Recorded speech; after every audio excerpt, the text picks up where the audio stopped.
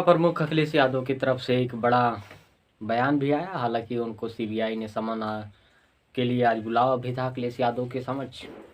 तो वही दूसरी तरफ तमाम पहलुओं पर बातचीत करेंगे। जैसा कि लोकसभा चुनाव महज कुछ महीनों बाद चुनाव होगा, परिणाम भी सामने आएंगे। हालांकि लेकिन दावे जो पार्टियां कर रही हैं इस पर भी विश्लेषण करेंगे। अखिलेश यादव जो दावे कर रहे हैं पीडीए एनडीए को हराएगा, 80 हराओ भाजपा हटाओ, इस पर भी बात करेंगे।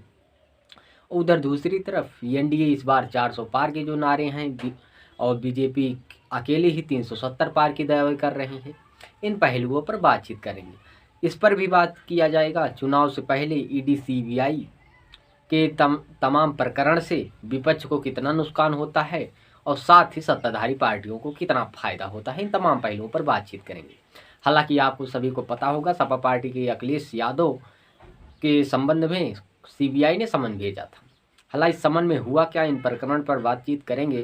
साथ ही पहले इन तमाम पहलुओं को एक साथ बातचीत करने का प्रयास करेंगे कि उत्तर प्रदेश की राजनीति एक ऐसी राजनीति है जहां से दिल्ली का रास्ता होकर जाता और लगातार अखिलेश यादव कह रहे हैं 80 हराओ भाजपा हटाओ।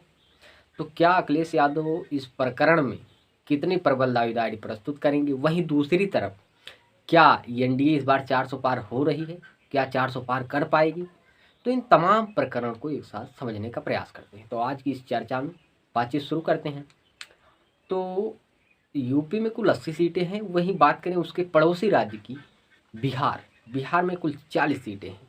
ये दोनों राज्यों के समीकरण को देखें तो कुल 120 सीटें होती हैं लोकसभा की।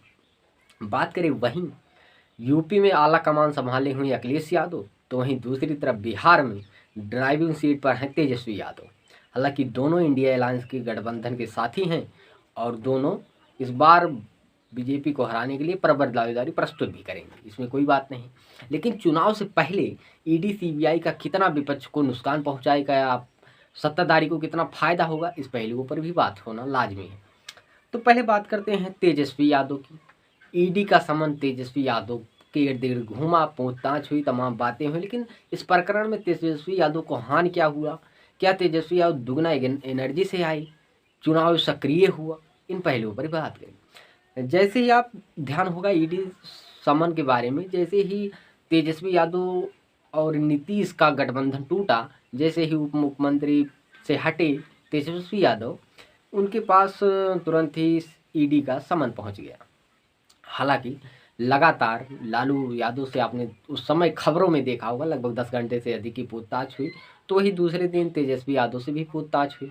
परिणाम स्वरूप हुआ क्या, आप सभी जानते हैं। इसके बाद बात करेंगे अब ये ईडी सीबीआई का समन कुछ पलटकर यूपी वाले प्रदेश में आ गया है, जहां के आला कमान है अखिलेश यादव और एनडीए घटक के प्रबल दावेदार हैं। इंडिया अलायंस गठबंधन भी पूरी तरह से हो चुका है। 63 सीटों पर दावेदारी सपा अपने और सहयोगी घटक को लेकर चुनावी मैदान में होगी। तो वहीं कांग्रेस को भी 17 सीटें लोकसभा की दी गई हैं। तो इस प्रकरण में यूपी में जैसे ही ये गठबंधन हुआ या तमाम प्रकरण बातें सम्मुख आई, तो अखिलेश यादव के समक्ष एक और प्रतिक्रिया सम्मुख हुई। आखिर हुआ क्या, सीबीआई का समन जो था, यह मामला क्या था, इस पर अखिलेश यादव ने कहा क्या, इन पर कोई बात करेंगे। तो बता दें मामला एक खनन का मामला था और 2019 का मामला है। एफआईआर दर्ज हुआ था। तो 2019 भी आपको ध्यान करना चाहिए। 2019 की बात करें तो 2019 में सपा बसपा गठबंधन किए थे यूपी में और लगभग 37 सीटों पर सपा अपने कैंडिडेट प्रस्तुत की थी। वहीं पर 38 सीटों पर बसपा अपने प्रत्याशियों को खड़ा किया था। जयंत चौधरी भी उस समय बसपा सपा गठबंधन में ही थी। शायद तीन प्रत्याशी यहाँ पर आरएलडी भी अपना खड़ा किया था। परिणाम स्वरूप आरएलडी के एक भी सदस्य नहीं जीते थे। वहीं सपा के 5 सांसद चुने गए थे। वहीं जो बसपा 2014 इलेक्शन में 0 पर थी, वह उसके 10 सदस्य जीते थे। हालांकि इस बार बसपा के तमाम साथी छोड़कर जा रहे हैं बीजेपी के, इस पर कोई बात नहीं कर रहा हूँ। इस बार थोड़ा प्रकरण को और आगे बढ़ाते। तो 2019 के परिणाम स्वरूप आपको पता होगा एफआईआर दर्ज हुआ था। इसके बाद आज अखिलेश यादव के समक्ष समन आया। अखिलेश यादव ने इस पर क्या टिप्पणी की, इस पर भी बातचीत कर।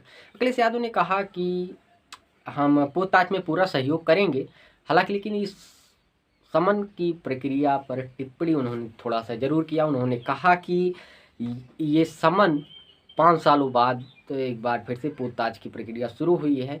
इससे पहले इस प्रकरण में कोई पूछताछ नहीं हुई, लेकिन मैं इस पूछताछ प्रक्रिया में पूरा सहयोग करूंगा। लेकिन उन्होंने साथ ही कहा कि मैं इस पूछताछ की प्रक्रिया के लिए दिल्ली जाने में असमर्थ हूं, अतः यदि वीडियो कॉल के जरिए कॉन्फ्रेंसिंग के थ्रू या फिर लखनऊ में पूछताछ हो सकती है। तो ये अखिलेश यादव ने अपने प्रतिक्रिया जो कुछ उन्होंने कहा बताया। लेकिन बात यहाँ ये है कि चुनाव से पहले ईडी सीबीआई का डर विपक्ष पर है या सत्ता पर है। यदि सत्ताधारी जब 400 पार के नारे दे रही हैं तो क्या उनके पास प्रमुख प्रत्याशी ऐसे हैं जो 2024 चुनाव में, लोकसभा चुनाव में प्रबल दावेदारी प्रस्तुत करेंगे? इस पर भी संदेह होता है। संदेह क्यों होता है? यदि आपके ऐसी हैं जो 2024 में करिश्मा कर सकते हैं, एनडीए गठबंधन को 400 पार का आंकड़ा दिखा सकते हैं, तो फिर विपक्ष के नेताओं को स्वयं की पार्टी में विलय करके उन्हें लोकसभा की सीटें क्यों दी जा रही? इस पर भी बात होना लाजमी हो जाता है। आपको बताते चले, राज्यसभा चुनाव में आपने हाल ही में देखा सपा के तमाम विधायकों को तोड़ लिया गया, किसी को लोकसभा का लालच भी दिया गया। तो बात यही होती है, इंडिया गठबंधन के पास इतने मजबूत प्रत्याशी हैं जो पार्टी के साथ विगत वर्षों से कार्यरत हैं, उन्हें आप टिकट ना दे करके अदर पार्टियों को, प्रत्याशी को टिकट क्यों दे रहे हैं? जो निष्ठा के साथ यदि आपकी पार्टी से जुड़े हुए हैं, पार्टी के लिए काम कर रहे हैं, तो उन्हें आप टिकट क्यों नहीं दे रहे हैं? अलग पार्टी से आए हुए सदस्यों को आप टिकट दे रहे हैं। तो ये कहीं न कहीं संदेह पैदा करता है कि ये 400 पार के आंकड़े जो हैं क्या वास्तव में सच है? बताते चले, हाल ही में आपने देखा कि रायबरेली सीट पर मनोज पांडे का नाम चर्चा में है। कयास ये लगाया जा रहा है कि मनोज पांडे को रायबरेली सीट से चुनावी मैदान में आ सकते हैं। बता दें, रायबरेली एक ऐसी सीट है जहां पर कांग्रेस का गढ़ कहा जाता है। मोदी लहर में भी यहाँ पर मोदी का सिक्का नहीं चल सका, या 2014 हो 19 हो, यहाँ पर मेनका गांधी ने चुनाव जीता है। लेकिन इस बार प्रस्तुत दावेदारी करेंगे मनोज पांडे, जो कि सपा के एक वरिष्ठ नेता हुआ करते हैं, अखिलेश के तारे दुलारे हुआ करते थे। लेकिन इस बार राज्यसभा चुनाव में उन्होंने वोटिंग बीजेपी पार्टी से किया और कयास ये है कि टिकट भी उन्हीं को मिलेगा। वही दूसरी लोकसभा उम्मीदवार की बात कर लें, राकेश पांडे के बेटे रितेश पांडे, जो कि सपा बसपा अलायंस के 2019 लोकसभा चुनाव में अंबेडकर नगर लोकसभा सीट से सांसद चुने गए थे। इस बार कयास है कि अंबेडकर नगर लोकसभा सीट से रितेश पांडे अपनी दावेदारी प्रस्तुत करेंगे बीजेपी खेमे की ओर से। अगली बार बसपा के खेमे से थे और सपा बसपा अलायंस था और यहाँ से जीते भी थे। लेकिन इस बार चुनावी दंगल कुछ अलग जरूर देखने को मिलेगा। तो ये थे कुछ प्रकरण। वहीं पर अखिलेश यादव ने टाइमिंग को लेकर बहुत बड़ी प्रक्रिया साझा की है। उन्होंने तमाम विपक्ष के नेता भी कहते हैं, चाहे केजरीवाल हो, हेमंत सोरेन और अखिलेश यादव, तेजस्वी यादव, तमाम लोगों ने ईडी सीबीआई पर तमाम प्रकार की टिप्पणियां करते रहते हैं। लेकिन वास्तविकता क्या है ये भी समझना लाजमी है। हालांकि चुनाव से पहले ईडी सीबीआई का डर तेज हो जाता है, पर तमाम लोग प्रतिक्रिया देते हैं। लेकिन इस बार अखिलेश यादव के ऊपर ये प्रतिक्रिया तेज है। 5 सालों बाद ये प्रक्रिया एक बार फिर प्रकरण में आया है।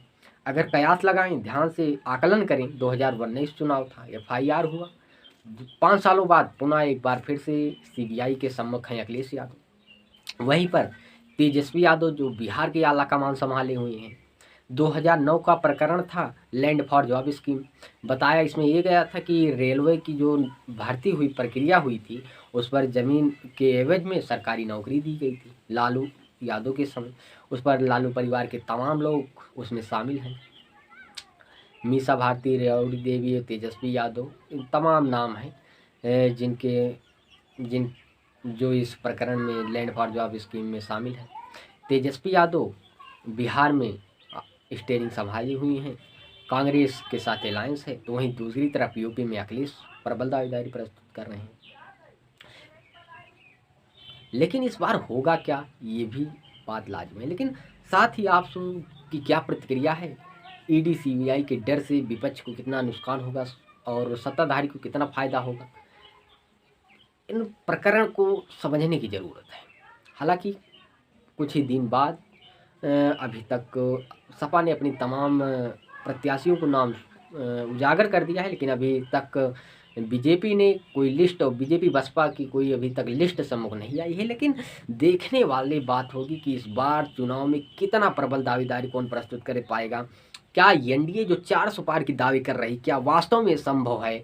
वही दूसरी तरफ जो अखिलेश यादव कह रहे हैं 80 हटाओ, 80 हराओ, भाजपा हटाओ और इस बार पीडीए एनडीए को हराएगा, ये तमाम प्रकरण है। लेकिन क्या कुछ सपा कर पाती है, देखने वाली बात है। यूपी एक ऐसा प्रदेश जहां यूपी ही दिल्ली की रास्ता को तय करता है, दिल्ली की गद्दी को तय करता है, इसलिए खासकर निगाहें यूपी पर हैं सभी की।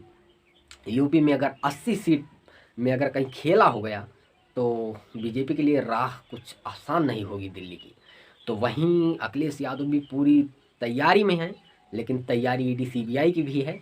लेकिन देखने वाला बात होगा कि इसमें होगा क्या आखिर में। वैसे तो आज की चर्चा यहीं तक रखते हैं, फिलहाल आगे क्या होगा उस पर भी बात करेंगे। लेकिन जाते जाते एक पंक्ति आपके साथ ज़रूर शेयर करना चाहूँगा। नर का क्या बड़ा समय बड़ा बलवान, भूली लाटी गोपिया वही अर्जुन वही बाण। तो देखने वाला होगा कि समय इस बार किसका साथ देगा, समय किसका बलवान होगा, इस बार कौन कितनी सीटें पर अपनी जीत दर्ज कराएगी, आने वाला समय बताएगा। धन्यवाद, मिलते हैं नेक्स्ट एपिसोड में।